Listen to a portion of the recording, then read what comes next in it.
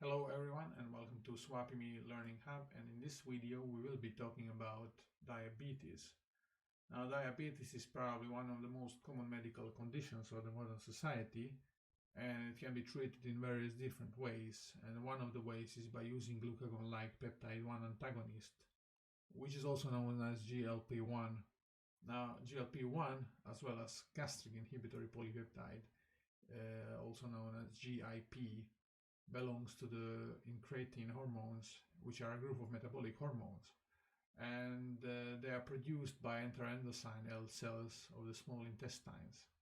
The production of these hormones occurs only in response of nutritional stimuli, which can be the intake of glucose or any other type of food which can be digested by the people.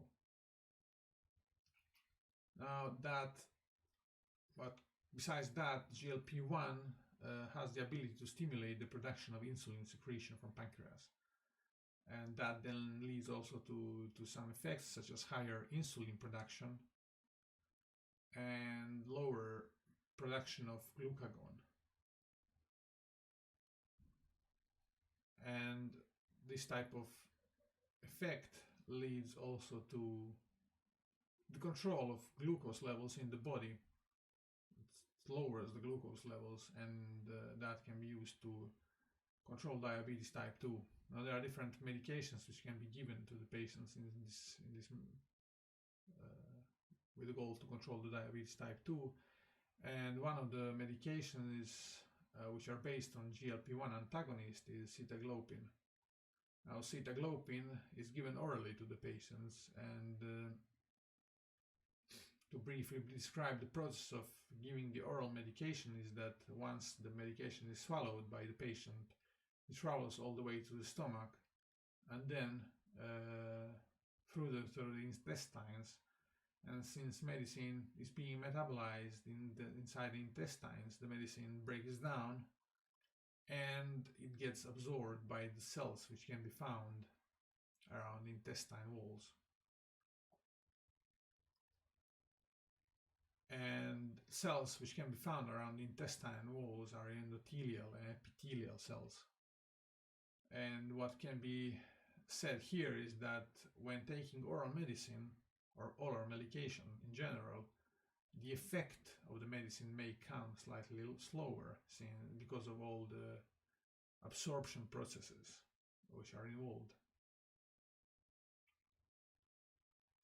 Now what sitagliptin also does is that it inhibits the action of DPP-4, which is present in epithelial and endothelial cells, and these type of cells can be found in various different organs inside the body, such as liver, kidney, and also intestines.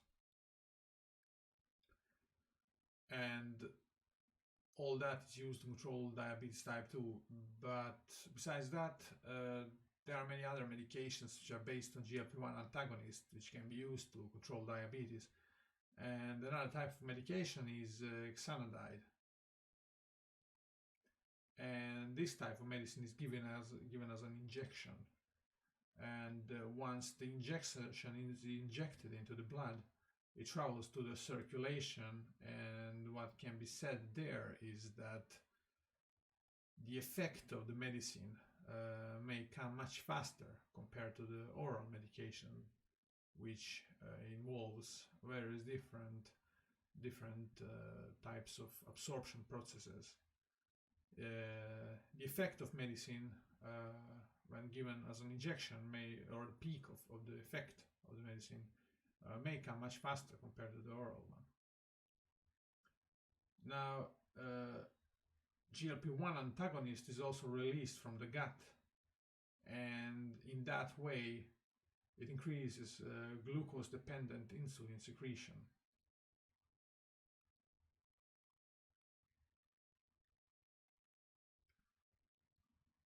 Once GLP-1 is released, it binds to the receptors inside the pancreas, and inside the pancreas we have also various different types of cells. And example of these cells are alpha and beta cells.